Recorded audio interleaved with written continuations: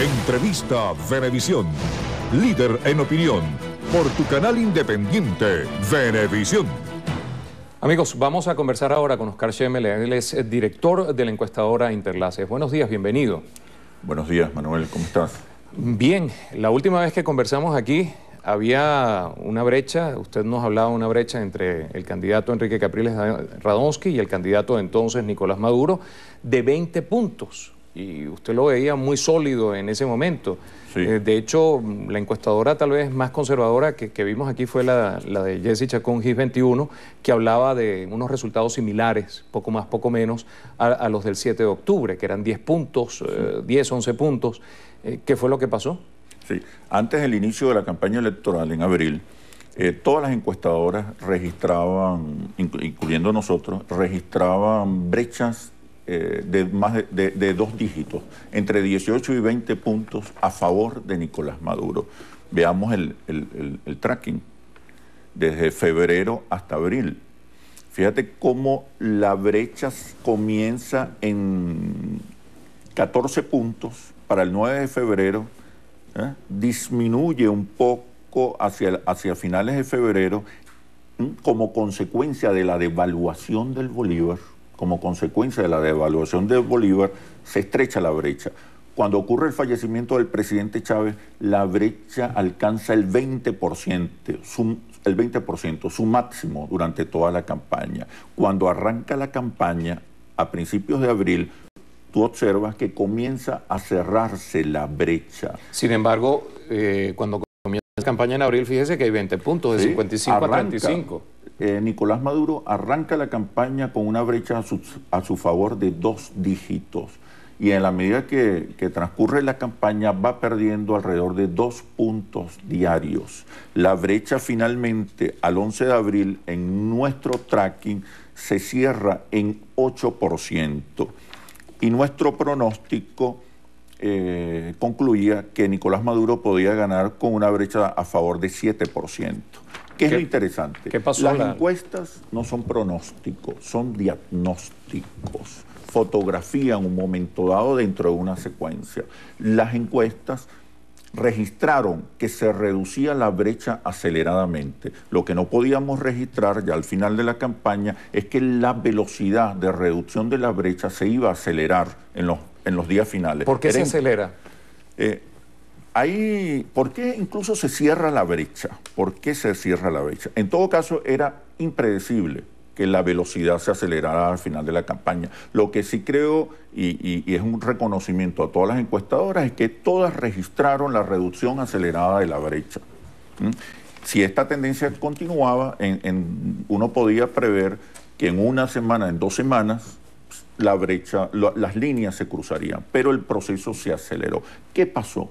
Hay errores estratégicos en la campaña de Nicolás Maduro que tienen que ver con el discurso, con la construcción torpe de una imagen, con el mal manejo de la imagen del presidente Chávez, ya en esta campaña electoral. ¿Por qué dice eso si tenía 20 puntos?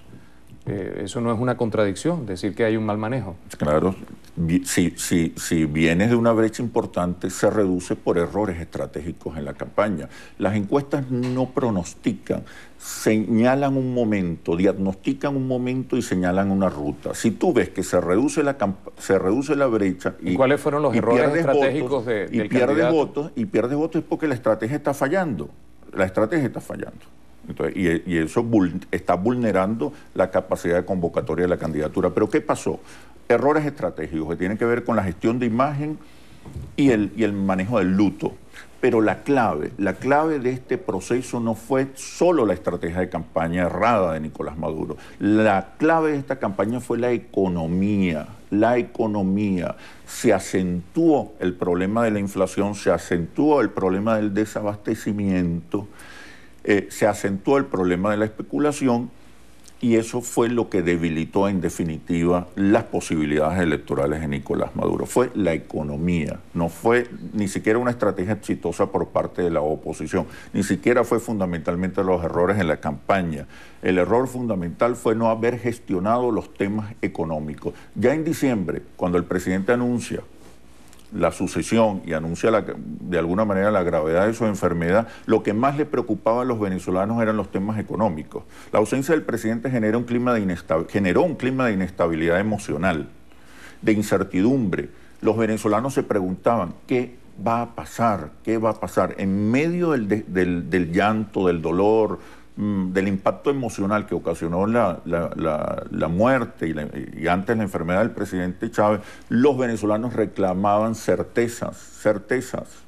Y ese fue un vacío importante que no llenó la gestión de Nicolás Maduro, pero que llenó un discurso opositor que buscó acentuar el descontento y capitalizar el descontento. La oposición recoge los votos del descontento, los votos rabiosos por la ausencia de una gestión en temas económicos. La inseguridad no tumba gobiernos, pero la economía sí. El tema, pero cuando uno ve lo del tema de la economía, había tal vez un efecto teflón que tenía antes el gobierno, porque aquí ha habido devaluaciones también importantes a lo largo de estos 14 años y sin embargo no habían afectado o influido como en el caso que hemos visto en esta campaña. Sí. Entonces, el presidente Chávez tenía una extraordinaria capacidad para resignificar la realidad. Convertía la inflación en especulación, convertía la escasez en acaparamiento, convertía la crisis de la vivienda en estafa inmobiliaria. Una gran capacidad para persuadir, para convencer, para resignificar a su favor la realidad. Y evidentemente esa capacidad persuasiva no existe en este momento. ¿Qué pasó? Además estábamos en presencia de un líder emergente desconocido por los venezolanos que no percibían las cualidades de su figura. Acelerar ese proceso de construcción de imagen fue un error de la campaña. Nicolás Maduro, la estrategia, en nuestra opinión, la estrategia correcta de Nicolás Maduro era, por un lado, mantener viva la presencia del presidente Chávez, pero sobre todo gestionar los temas económicos desde la presidencia. Ahora bien, evitar polarizar con un candidato que al inicio de la campaña solo el 22% de los venezolanos pensaba que podía ganar, contra 60% de venezolanos que pensaban que ganaría Nicolás Maduro. Estoy hablando al inicio de la campaña. Nos queda muy poco tiempo. ¿Qué le espera ahorita al presidente Nicolás Maduro? Porque la situación económica no pinta mejor. La gran oportunidad de Nicolás Maduro para recuperar el respaldo, para rescatar esos votos rabiosos que votaron en contra por la devaluación, por la inflación, por la escasez, es gestionar los temas económicos. Tiene que aclarar el panorama, tiene que establecer reglas de juego claras, tiene que llamar a los sectores económicos a producir, a comprometerse con el desarrollo del país, tiene que ampliar la base social de apoyo, penetrar las clases medias y los sectores productivos. Maduro tiene que convertirse en el Lula venezolano, para resumirlo de la manera más ilustrativa Y eso posible. No es un poco difícil porque vimos en el discurso del presidente Maduro decir que él iba a hablar con la clase trabajadora, pero que no se iba a sentar con los empresarios, que no iba a transarse con los empresarios. La polarización o repolarización del país es una estrategia acertada, pero ya bajo otro esquema. El chavismo ganó la batalla ideológica, el chavismo impuso una visión, impuso un modelo social que nadie en Venezuela discute. Hasta el candidato de la oposición prometió como oferta electoral mantener el modelo de inclusión. Nicolás tiene que definir un modelo económico que hasta este momento el chavismo no lo tiene claro. Muchísimas gracias a Oscar Schemmel, director de Interlaces, conversando con nosotros esta mañana en la entrevista Venevisión.